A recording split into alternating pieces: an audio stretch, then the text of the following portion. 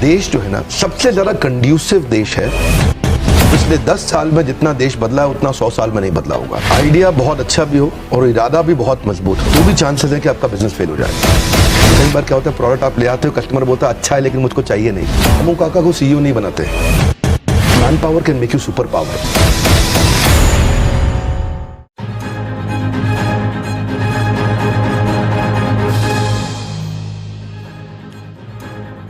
Hello and welcome to startup nation. आपके साथ मैं हूं विपिन भट्ट। स्टार्टअप नेशन के वीकेंड एडिशन में आपका स्वागत है। आज स्टार्टअप नेशन में आपके लिए कुछ स्पेशल है, कुछ खास।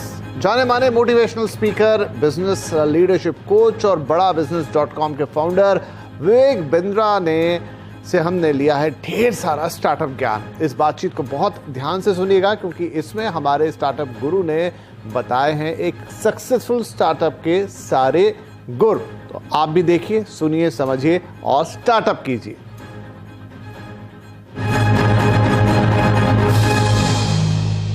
स्वागत कीजिए मेरे साथ डॉक्टर विवेक बिंद्रा का। सर बहुत स्वागत है आपका and we are really happy to have you on the startup nation. तो सबसे पहला सवाल मैं आपसे यही लेकर आता हूं कि जो इस समय देश का स्टार्टअप है या देश का यूथ है, उसके लिए अपॉर्चुनिटीज के जो रास्ते खुल गए आज, क्या वैसा कभी पहले माहौल देश में था या वैसे कभी मौके देश में थे? स्टार्टअप पे जो आपने प्रश्न पूछा, आज पहली दफा ऐसा हुआ है कि कैपिटलिज्म विदाउट कैपिटल का जमाना आया है। ये पहली बार ऐसा हुआ है। और दूसरा, हमारा देश जो है ना, मैक्रो इकोनॉमिक्स जो है उसके हिसाब से सबसे ज्यादा कंड्यूसिव देश है आने वाले समय में स्टार्टअप्स को बिल्ड करने के लिए। एंटरप्रेन्योरशिप बहुत जबरदस्त है यहाँ पे। रीजनल एंटरप्रेन्योर्स हैं, उनको ग्लोबल बनना बाकी रह गया है। मॉडल्स बिल्ड करने सीख रहे हैं, थोड़े चेंजेस ला करके उसको स्केल किया जा सकता है। जो पहले माहौल हुआ करता था उससे आज पिछले 10 साल में जितना देश बदला है उतना 100 साल में नहीं बदला होगा। राइट। स्टार्टअप्स के लिए बहुत कंड्यूसिव समय है सब। एक अच्छा आइडिया ज्यादा जरूरी है या एक मजबूत इरादा? क्योंकि बहुत सारे अच्छे आइडिया बिना इरादे के दम तोड़ देते हैं। एक्चुअली अगर मैं फंडामेंटली इसको आंसर करूं, आइडिया बहुत अच्छा भी हो और इरादा भी बहुत मजबूत हो तो भी चांसेस है कि आपका बिजनेस फेल हो जाए। ओके। क्योंकि फंडामेंटली आपको क्या चाहिए? आपको चाहिए कंज्यूमर की वो बर्निंग प्रॉब्लम जिसको आप सॉल्व करें, जो कस्टमर आपके बिना अपने आप सॉल्व ना कर पाए।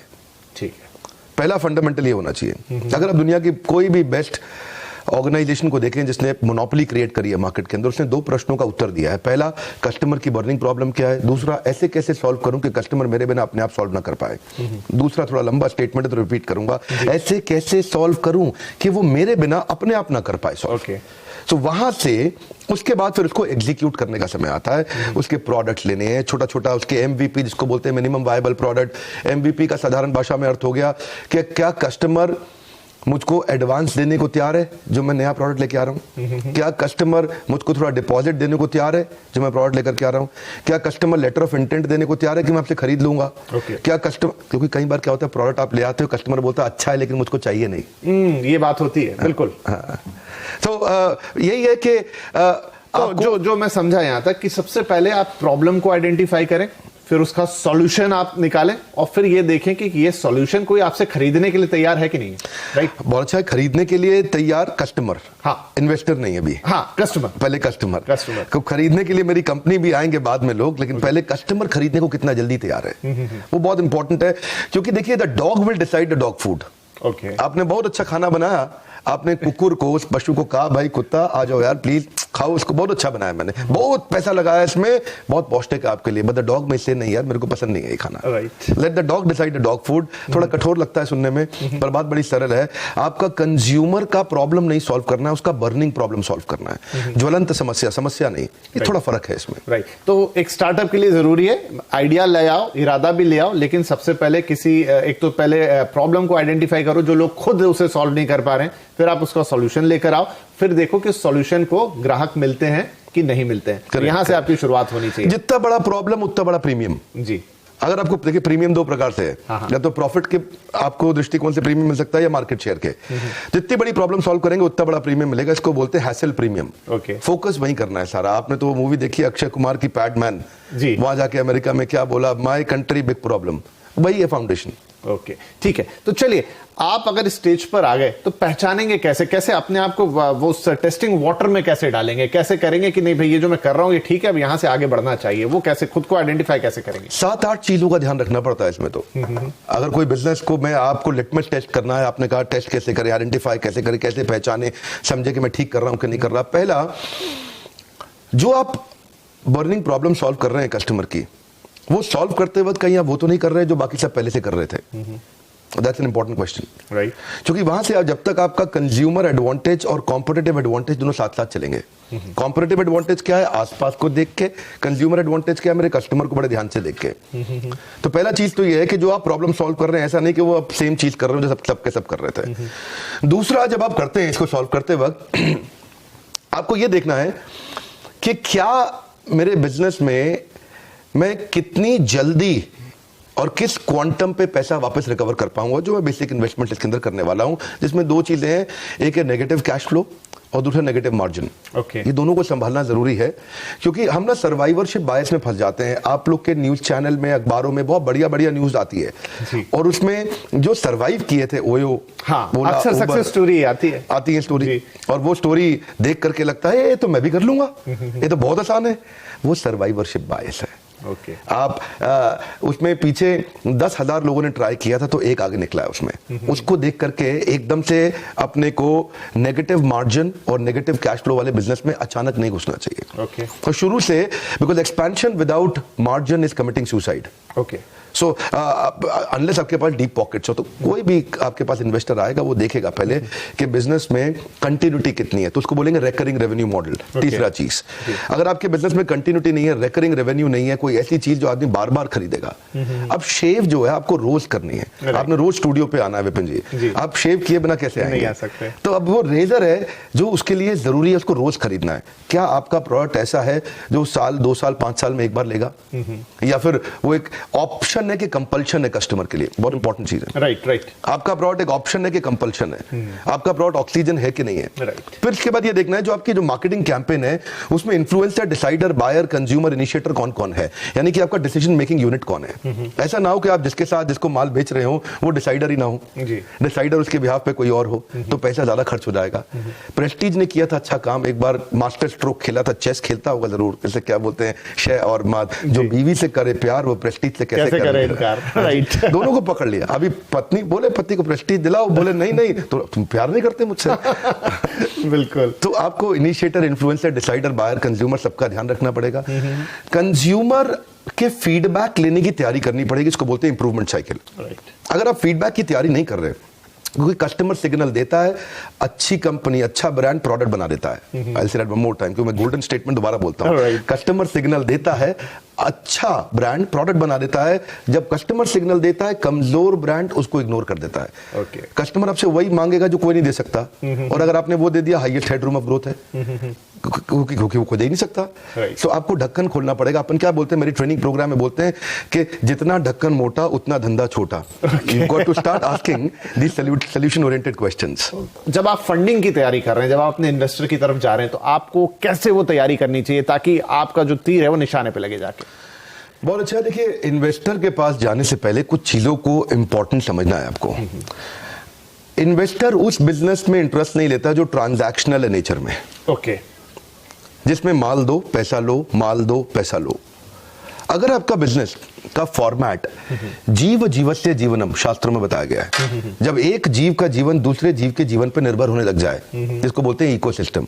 इकोसिस्टम तो हम रोज चर्चा करते हैं, आप बिजनेस न्यूज चैनल में करते हैं, हम भी अपने ट्रेनिंग में करते हैं। इकोसिस्टम का फाउंडेशन समझना जरूरी है। फाउंडेशन है एक जीव का जीवन दूसरे जीव के जीवन पे निर्भर कैसे करे, ताकि सब लोग इकट्ठे मिलकर उसको इवॉल्व करें। दुनिया की 10 सबसे बड़ी कंपनी में से अगर आपने 5 उठा लें, अल्फाबेट मतलब गूगल, प्रोजेक्ट नहीं है, प्लेटफॉर्म है। माइक्रोसॉफ्ट प्रोजेक्ट नहीं है, प्लेटफॉर्म है। एप्पल का iOS प्रोजेक्ट नहीं है, प्लेटफॉर्म है। फेसबुक प्रोजेक्ट नहीं है, प्लेटफॉर्म है। अगर आप दुनिया की 10 में सबसे बड़ी 5 कंपनी उठा लें तो सब प्लेटफॉर्म्स हैं। वो एक ऐसे इकोसिस्टम है जहां दूसरे लोग मेहनत कर रहे हैं, मल्टी साइडेड ट्रांजैक्शंस हो रही हैं, जिसमें डिसकनेक्टेड लोग कनेक्ट हो रहे हैं, अनकनेक्टेड लोग कनेक्ट हो रहे हैं, मल्टी साइडेड ट्रांजैक्शंस हो रही हैं। पता नहीं, ये शायद मैं साधारण भाषा में बोलने का प्रयास कर रहा हूँ उसको। जी, जैसे यूट्यूब है, राइट। मैं यूट्यूब पे इस समय वर्ल्ड का नंबर 1 एंटरप्रेन्योरशिप चैनल है, पर मैं सफल क्यों हुआ उसमें? बड़ी सिंपल सी बात है, यूट्यूब ने एक प्लेटफॉर्म बनाया, राइट। और प्लेटफॉर्म में क्या होता है, कंटेंट कंज्यूमर भी है, कंटेंट क्रिएटर भी है, कंटेंट पे एडवर्टाइजर भी है, और यूट्यूब खुद भी है। साधारण भाषा में, कठोर भाषा में क्या कहते हैं विपिन भाई, कि जुआ खेलने वाला पैसा नहीं कमाता, जुआ खिलाने वाला कमाता है, राइट। तो ये जो प्लेटफॉर्म क्रिएट करता है, हाँ, जो प्लेटफॉर्म क्रिएट कर रहा है ना, वही आगे जा रहा है। इन्वेस्टर ये देखना चाहता है कि क्या आपकी प्रेजेंस के बिना अपने आप आपका धंधा, आपका बिजनेस ग्रो कर रहा है कि नहीं कर रहा, क्या बाकी लोग मेहनत कर रहे हैं आपका बिजनेस ग्रो करने में, जो कि अपने आप ग्रो करे। जब ऐसे फॉर्मेट्स आते हैं तो इन्वेस्टर एकदम एक्साइटेड हो जाता है, अरे कुछ है इसमें, दम है, तो वो सुनता है उसके बाद। नहीं, बड़ी गहरी बात कही आपने। तो आप जब इन्वेस्टर के पास जा रहे हो, जो मैं देखता हूं स्टार्टअप नेशन पे कई इन्वेस्टर्स आते हैं, लेकिन वो मैं सबसे पूछता हूं कि आपके पास जब कोई आता है प्रपोजल लेके, तो आप क्या देखते हो? शायद 100% जवाब आया कि सबसे पहले हम टीम देखते हैं। क्या आप इस बात से एग्री करते हैं? बहुत खूब। रामू काका को सीईओ नहीं बनाते। बहुत सारे छोटे बिजनेसमैन यही कर रहे हैं। वो अपने पुराने भरोसेमंद आदमी को देख रहे हैं, और रामू काका थे उनके, और उसी को लगभग आगे बढ़ाए जा रहे हैं। ये रामू काका गल्ला संभाल लेंगे। बहुत इंपॉर्टेंट है, अकबर ने अपने नवरत्न बिल्ड किए, क्या आपके नवरत्न तैयार हैं? आपकी और man power can make you super power. ये बहुत इंपॉर्टेंट प्रिंसिपल है, क्योंकि देखिए अल्टीमेटली एक एंटरप्रेन्योर को डूइंग से बाहर निकल के एनेबलिंग पे आना है। राइट। जब वो, क्योंकि जब तक वो खुद करेगा एक्टिव इनकम है, जब वो एनेबलिंग पे आता है तो वो पैसिव इनकम है, तो ऑर्गेनाइजेशन ग्रो करता है। तो कैसे आप एक हाई परफॉर्मेंस टीम तैयार करते हैं, वो लीडरशिप कैसे बिल्ड करते हैं जो आपकी प्रेजेंस के बिना बिजनेस को स्केल करने के लिए सक्षम हो। तो चलिए, सब कुछ हो गया, आपने अच्छा आइडिया ले आया, सॉल्यूशन ढूंढ लिया, पैसे भी मिल गए, टीम भी बन गई, धंधा चल निकला, लेकिन बावजूद उसके सर हम देखते हैं कि बहुत सारे स्टार्टअप्स एक समय तक तो बड़ा अच्छा करते हैं, बड़े प्रॉमिसिंग दिखते हैं, लेकिन फिर नीचे चले जाते हैं। क्या गलती होती है? बहुत सिंपल है जी, बड़ा सरल है। एक गोल्डन स्टेटमेंट है, याद रख लें। आज आपके माध्यम से चैनल पे मैं सबको कहना चाहूंगा, जिंदगी भर के लिए याद रखें, पहला प्रोडक्ट फाइनल प्रोडक्ट नहीं होता। ओके। वन मोर टाइम, पहला प्रोडक्ट फाइनल प्रोडक्ट नहीं होता। हॉकी की स्टिक पहले नीचे आती है, बाद में ऊपर जाती है। जे कर्व जिसको बोलते हैं बिजनेस में, वो पहले नीचे आता है, बाद में ऊपर जाता है। कोई भी बड़ा ब्रांड जहां से शुरू हुआ था, आज वही प्रोडक्ट नहीं बेच रहा, सब इवॉल्व कर चुके हैं। कोई भी मोबाइल ऐप जो बढ़िया है, वो जो पहले आपने करी थी, उसके बाद कई नए वर्जन आ चुके हैं। इसको बोलते हैं इंप्रूवमेंट साइकिल। 3 प्रश्न चाहिए आपको, what went well, what went wrong, what could be improved. WCBI। क्या अच्छा हुआ, what went well, what went wrong, what could be improved. क्या अच्छा, देखिए दो जो अच्छा बुरा हुआ पीछे देख लिया, अभी क्या चेंज ला सकते हैं, इसको अपन बोलते हैं NNB positive, next new better. Okay. आपका ब्लड ग्रुप क्या है? मेरा बी पॉजिटिव। मेरा है NNB positive. Okay. NNB positive क्या है? Next new better. अपनी टीम को बार बार पूछना है आपस में बैठ के, आओ बैठो, ओके, अभी क्या नेक्स्ट करें, क्या न्यू करें, क्या बेटर करें। राइट। इसका मंथन करना जरूरी है। महीने में एक दिन तो आपको बैठना ही पड़ेगा कि कस्टमर के सारे टच पॉइंट आइडेंटिफाई कर लो। कंज्यूमर किधर किधर से फीडबैक दे रहा है, उन सबको इकट्ठा करो, और next new better, what could be improved, इस पे क्वेश्चन करो। कई बार यहीं से प्रोडक्ट बन के निकल के आएगा। प्रोडक्ट कंपटीशन को देख के नहीं बनाते, कस्टमर के सिग्नल को देख के बनाते हैं। कस्टमर क्या फीडबैक दे रहा है, फीडबैक को फीड फॉरवर्ड में कन्वर्ट करना है। Complain is a gift, catch it. Golden statement क्या है? Complain is a gift, catch it. आपको ये मानना ही पड़ेगा, आपका प्रश्न को मैं समराइज करता हूं उत्तर को मैं, कि मानना ही पड़ेगा कि बिजनेस में प्रॉब्लम आएगी आएगी। बिजनेस फेल होएगा क्योंकि पहला प्रोडक्ट फाइनल नहीं होता। तो इसलिए पहले पायलट एक्सपेरिमेंटेशन करिए, स्केल अप नहीं करिए, बिकॉज स्केल किल्स। राइट।